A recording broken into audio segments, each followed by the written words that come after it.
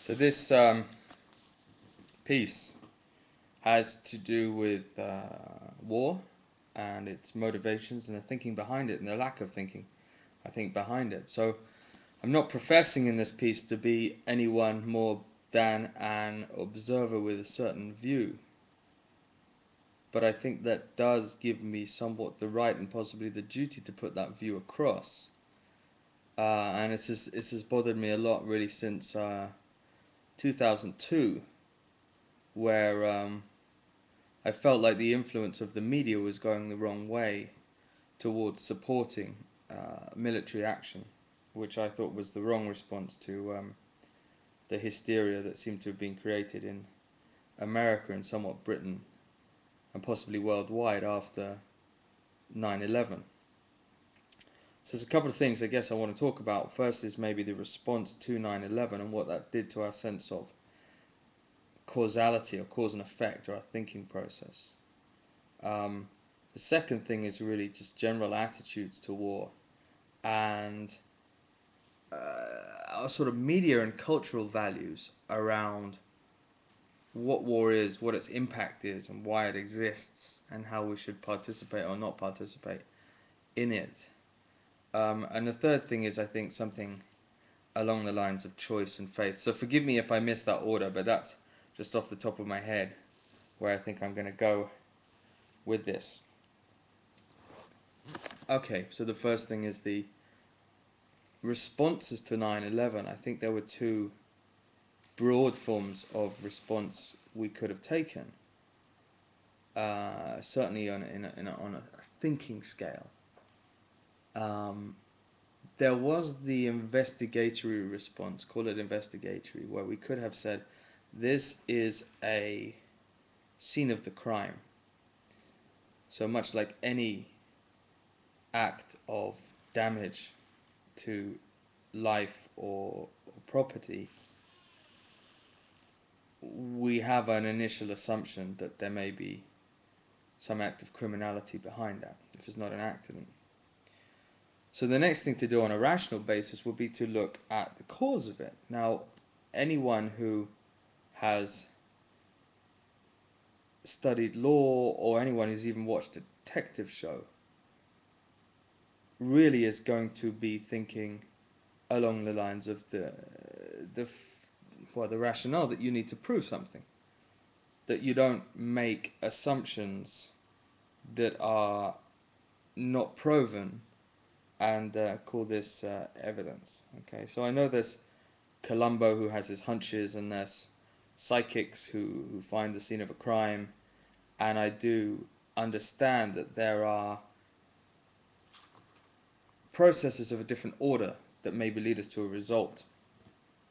But we have a basic principle in English law, certainly, that you're innocent until you're proven guilty. Now, the burden of proof in the criminal sense is very high. It's beyond reasonable doubt. In a civil sense, so for example, if you were suing a neighbor for a boundary infringement on your property, it's 50-50. But in a criminal sense, it's extremely high. And you'd want to be scoring, well, in percentage terms, it's up to you where you draw that line. But, people might say 90-95%, or, so sure as to be satisfied, or any of these things. But you can work that out for yourself. But you really have to be pretty sure before you lock someone up for a crime. Okay. Now, if we'd have taken the criminal approach to 9/11, we as a global society in America, especially in Britain, in almost following America in its thinking, we would have probably found that there was insufficient evidence to point the finger at any one person or group. Now, that's not to say that there were not combinations of fact that maybe led to it being particularly somebody or particularly somebody else. But there was certainly nothing I saw in the media that struck me as an intelligent judicial inquiry, an intelligent inquiry into the facts. And I say judicial, but already I mean police, governmental, judicial, any sort of inquiry process. Now, a broad conclusion came out of 9/11 that it was Al-Qaeda. Now, Al-Qaeda hadn't had, to my knowledge, as a Brit, any coverage really in the mainstream media. Well, certainly if it had coverage, it was very low order coverage. And suddenly the finger was being pointed at Al-Qaeda, this terrorist group, and Afghanistan as the sort of home of these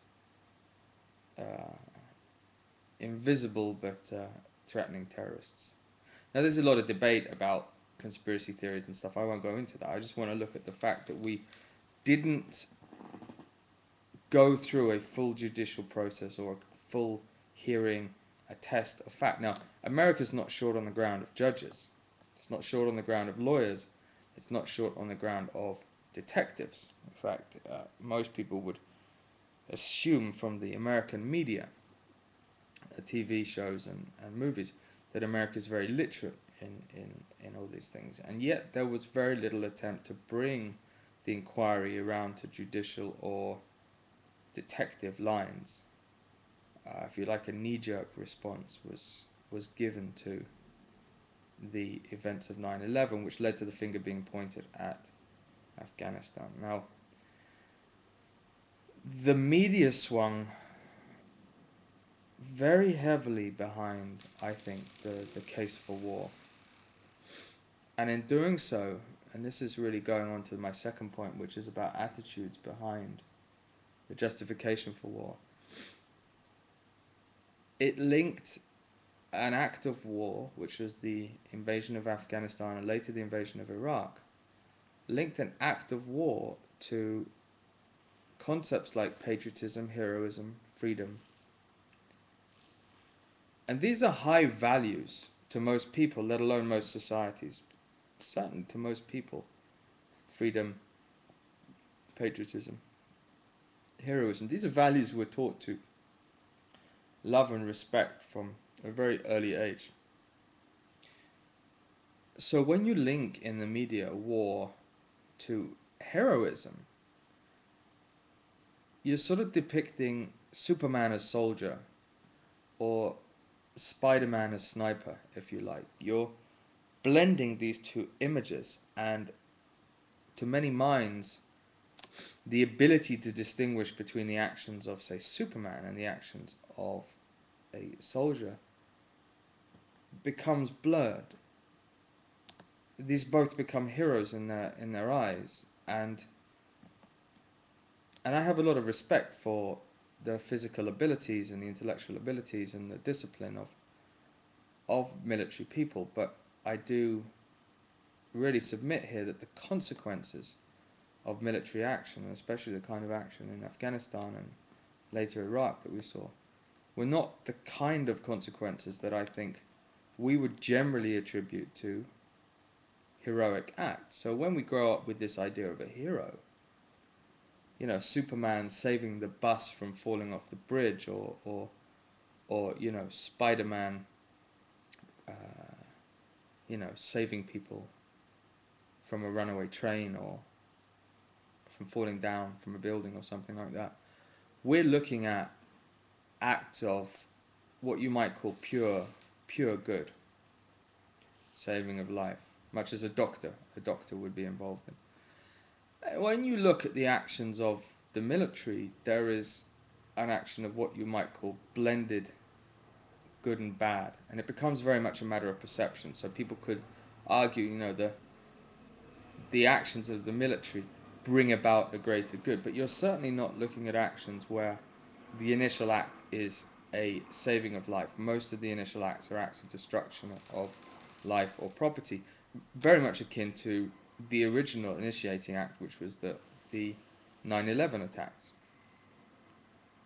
So suddenly you have a tit-for-tat situation being built up, an attack given in return or response or in lieu of an attack. And what I think the media did was they balanced and blended these images so that one attack was seen as evil and horrific, so this was the 9/11 attacks, and one counterattack, if you like, was seen as honorable and heroic, and that was the attack on Afghanistan and then later Iraq.